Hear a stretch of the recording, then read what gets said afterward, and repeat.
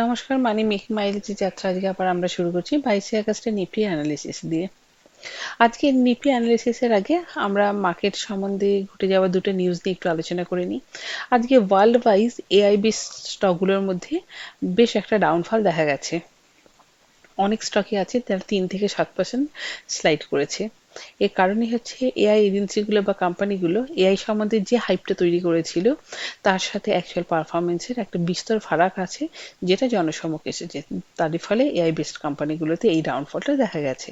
আর দ্বিতীয় হচ্ছে সেবি।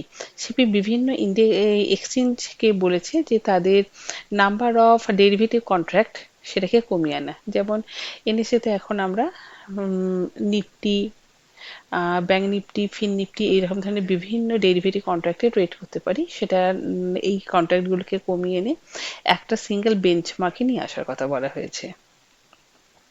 আর আরেকটা প্রপোজালও সেবি থেকে উঠেছে, সেটা হচ্ছে ইন্ডেক্সের ক্ষেত্রে ফিউচার অ্যান্ড অপশনের ট্রেড উইকলি এক্সপায়ারি বন্ধ করে দিয়ে মান্থলি এক্সপায়ারিতে নিয়ে যাওয়ার প্রপোজালটা উঠেছে। এতে ম্যানিপুলেশন কম হতে পারে আর রিটেলারদের ক্ষতিও সেই ক্ষেত্রে কম হবে। যদিও এখন কোনো ডিসিশন হয়নি, সবেমাত্র প্রস্তাব পেশ হয়েছে। যাই হোক, এবারে আমরা আবার আমাদের চার্টে ফেরত আসছি। আমরা ডে টাইম ফ্রেমে দেখতে পাচ্ছি যে নিফটি আজকে গ্যাপ আপ ওপেন হয়েছিল, প্রায় 25,150-এর লেভেলে রেজিস্ট্যান্স ফেস করে ওখানেই ওপেন হয়েছিল। আর সেখান থেকে নিফটি স্লাইড করে একদম সাপোর্ট লেভেল 25,050-এর আশেপাশেই ক্লোজ হয়। আমরা 15 মিনিট টাইম ফ্রেমে যদি দেখি, আমরা আমাদের সাপোর্ট রেজিস্ট্যান্স গুলো দেখতে পেতে পারি। আমাদের কারেন্ট রেজিস্ট্যান্স হচ্ছে 25,150-এর লেভেল। এটা শুধু চার্টিক্যালি না, অপশন চেন অনুসারেও এই লেভেলটা হচ্ছে একটা ইম্পর্টেন্ট রেজিস্ট্যান্সের কাজ করতে পারে। নিফটি যদি কালকে বাই চান্স এই লেভেলটাকে ডিসাইসিভলি ব্রেক করে, তার মানে ব্রেক করলো, পুল ব্যাক আসলো, কনসলিডেট করলো, তারপরে যদি ফার্দার আবার গ্রিন ক্যান্ডেল দেখা যায়, সেক্ষেত্রে আমরা এন্ট্রি নেওয়ার চেষ্টা করব। আমাদের তখন টার্গেট হিসেবে বেরিয়ে আসতে পারে 25,200 থেকে 250। আবার সাপোর্ট হিসেবে যে লেভেলটা আমরা চার্টিক্যাল এবং অপশন চেন অনুসারে পাচ্ছি, সেটা হচ্ছে 25,050 থেকে 25,000-এর লেভেলটা। এই জোনটার মধ্যে আমরা অবশ্যই বাই অ্যান্ড ডিপে যেতে পারি।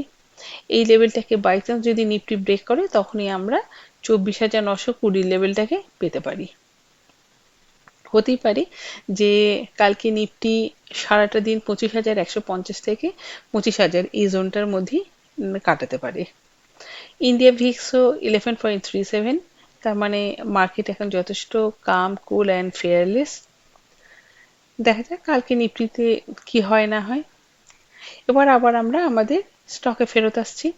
আমরা গতকাল যে স্টকটাকে পিক করেছিলাম সেটা ছিল টাটা টেকনোলজি। টাটা টেকনোলজিতে আমাদের এন্ট্রি হয়ে গিয়েছিল, কিন্তু আমাদের টার্গেট অ্যাচিভ হয়নি। ফলে আমরা স্টকটা থেকে অ্যাট কস্ট রিলিজ নিয়ে নিই। আমাদের সেইভাবে স্টকটা থেকে কোনো ক্ষতি হয়নি। আমার আজকের পিক হচ্ছে ইন্ডিয়া মার্ট ইন্টারমেস। আমরা স্টকটাকে চেষ্টা করব সেল করে কাজ করার। স্টকটাকে 2695 থেকে 2700 এই লেভেলের মধ্যে সেল করার চেষ্টা করব। আর বাই চান্স যদি আমরা সেল করতে পারি, সেই ক্ষেত্রে আমাদের টার্গেট বেরিয়ে আসতে পারে 2675 থেকে 2645-এর লেভেলটা। আর আমরা স্টপ লস হিসেবে মেনটেন করব 2720 লেভেলটাকে। আজকের জন্য এটুকুই। Thank you, best of lakh.